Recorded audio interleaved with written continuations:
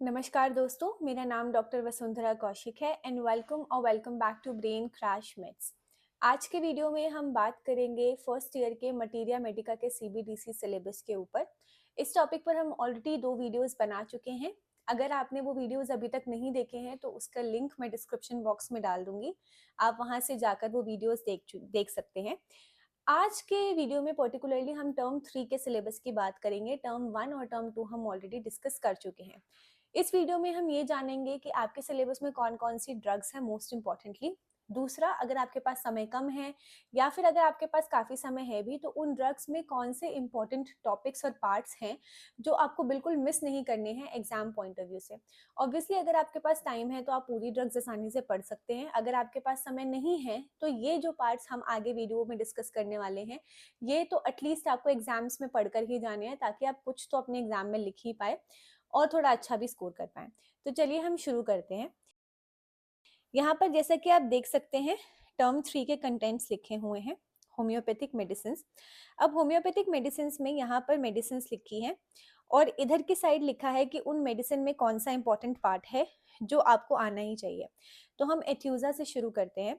तो एथ्यूजा का जो है वो इम्पॉर्टेंट है जीआईटी। अब मैं पहले भी आपको कई बार बता चुकी हूँ पहले वीडियोस में कि कैसे आपको किसी भी ड्रग को पढ़ना है। मोस्ट इम्पॉर्टेंटली इन वीडियोस के लिए आपको एलिन्स की नोट को रेफर करना है। स्पेशली अगर आप फर्स्ट ईयर में हैं तो एलिन्स की नोट आपके लिए काफ़ी ज़्यादा सफिशिएंट होंगे।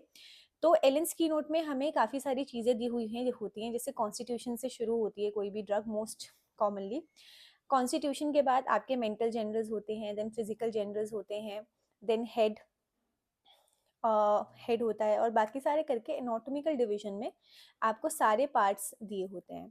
तो वैसे ही जब भी आप ये वीडियो देखेंगे तो इन वीडियो का जो बेसिस होगा वो वही होगा एलिन्स की नोट। तो एलिन्स की नोट में जब आप देखेंगे तो एथ्यूजा साइनोपियम के आगे एक जीआईटी होगा, गैस्ट्रोइंटेस्टिनल सिस्टम। अब जीआईटी की अगर हम बात करें तो एथ्यूजा में इसके नीचे कुछ सिम्टम्स लिखे होंगे। तो मेरा कहने का मतलब ये है, तो आपको एथ्यूजा का जीआईटी तो आना ही चाहिए, ये उसका काफ़ी इंपॉर्टेंट पार्ट है।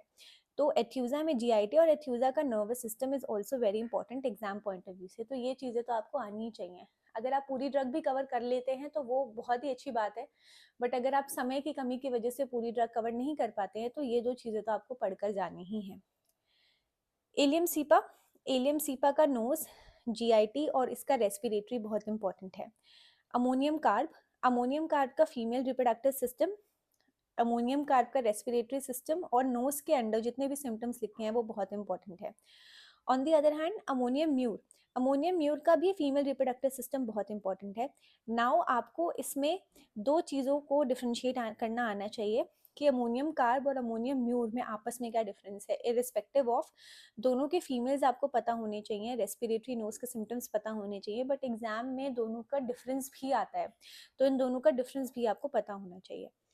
उसके बाद आता है antimonium crude and antimonium tart. Antimonium crude में इसका जीआईटी इंपॉर्टेंट है और इसका स्किन इंपॉर्टेंट है। एंटीमोनियम टार्ट में इसका रेस्पिरेटरी सिस्टम इंपॉर्टेंट है और माउथ के अंदर जितने भी सिम्टम्स लिखे हैं वो बहुत इंपॉर्टेंट है।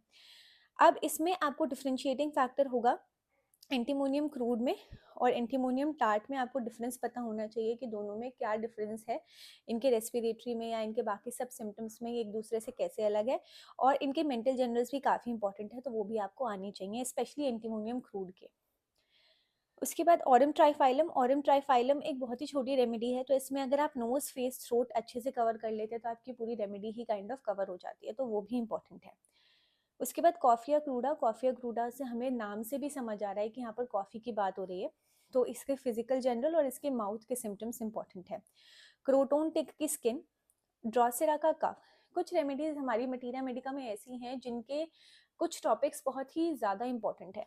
ड्रॉसेरा उन्हीं रेमेडीज में से है। अगर जब भी आप आगे भी फर्स्ट ईयर के बाद भी जब भी ड्रॉसेरा का नाम सुनेंगे तो आपको आपके दिमाग में कफ ज़रूर उसका याद रहना चाहिए, वो उसका मोस्ट इंपॉर्टेंट पार्ट कॉन्स्टिट्यूट करता है। तो ड्रॉसेरा का कफ हमने बिल्कुल नहीं भूलना है, तो ये तो बहुत ही ज़्यादा इंपॉर्टेंट है एग्जाम पॉइंट ऑफ व्यू से।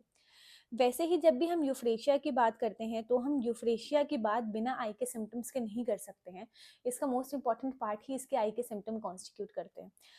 तो इसलिए एग्जाम पॉइंट ऑफ व्यू से यूफ्रेशिया के जो आई के सिम्टम्स हैं वो इंपॉर्टेंट हो जाते हैं। उसके बाद हिपार सल्फ। अब हिपार सल्फ क्या है? हिपार सल्फ एक पॉलीक्रेस्ट रेमेडी है। मैं पहले भी आपको वीडियोस में बता चुकी हूँ। पॉलीक्रेस्ट रेमेडी होती है जो कि हर सिस्टम को एक्ट करती है। तो जब भी हम पॉलीक्रेस्ट रेमेडी की बात करेंगे तो हम एक स्पेसिफिक उसका कुछ नहीं बता सकते हैं, उसका कंप्लीट ड्रग पिक्चर ही इंपॉर्टेंट होता है। और क्योंकि एक पॉलीक्रेस्ट रेमेडी जो है वो काफ़ी बड़ी होती है, हर सिस्टम पर एक्ट करती है, इसलिए ज़्यादातर ये 10 मार्क्स में आती है। और 10 मार्क्स में अगर आएगी तो मोस्ट इंपॉर्टेंटली इसकी ड्रग पिक्चर ही पूछी जाती है एज अ होल।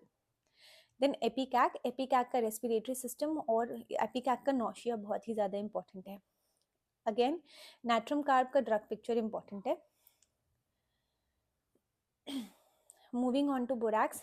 बोरैक्स के जितने भी ओरल सिम्टम्स हैं, माउथ के जितने भी सिम्टम्स हैं, वो सारे इंपॉर्टेंट है। इसमें एप्थे वगैरह जितने भी प्रेजेंट है वो आपको पता होना चाहिए। Again Spongia. स्पॉन्जिया उन रेमेडीज़ में से है जिसमें ड्रोसेरा और यूफ्रेशिया भी है कि इनके कुछ सिम्टम्स हैं जो हम कभी नहीं भूल सकते हैं। तो जब भी स्पॉन्जिया का नाम आएगा आपको कफ और इसका respiratory system as it is याद होना चाहिए। तो ये तो हमारा एक पार्ट कवर हो गया जिसमें हमने होम्योपैथिक मेडिसिन पढ़ ली है। उसके बाद आपका जो सेकेंड पार्ट होगा वो होगा बायोकेमिक सॉल्ट्स। तो थर्ड टर्म में आपके 5 बायोकेमिक सॉल्ट्स आ रहे हैं, फेरमफॉस, कालीम्यूर, कालीफॉस, कालीसल्फ एंड मैगफॉस। इनके डिफरेंट कैरेक्टरिस्टिक्स आपको पता होनी चाहिए, बहुत ही ज़्यादा इंपॉर्टेंट है। और ज़्यादातर जो बायोकेमिक के सॉल्ट्स है वो 10 मार्क्स के में आते हैं, तो इसलिए बहुत ज़्यादा इंपॉर्टेंट हो जाते हैं।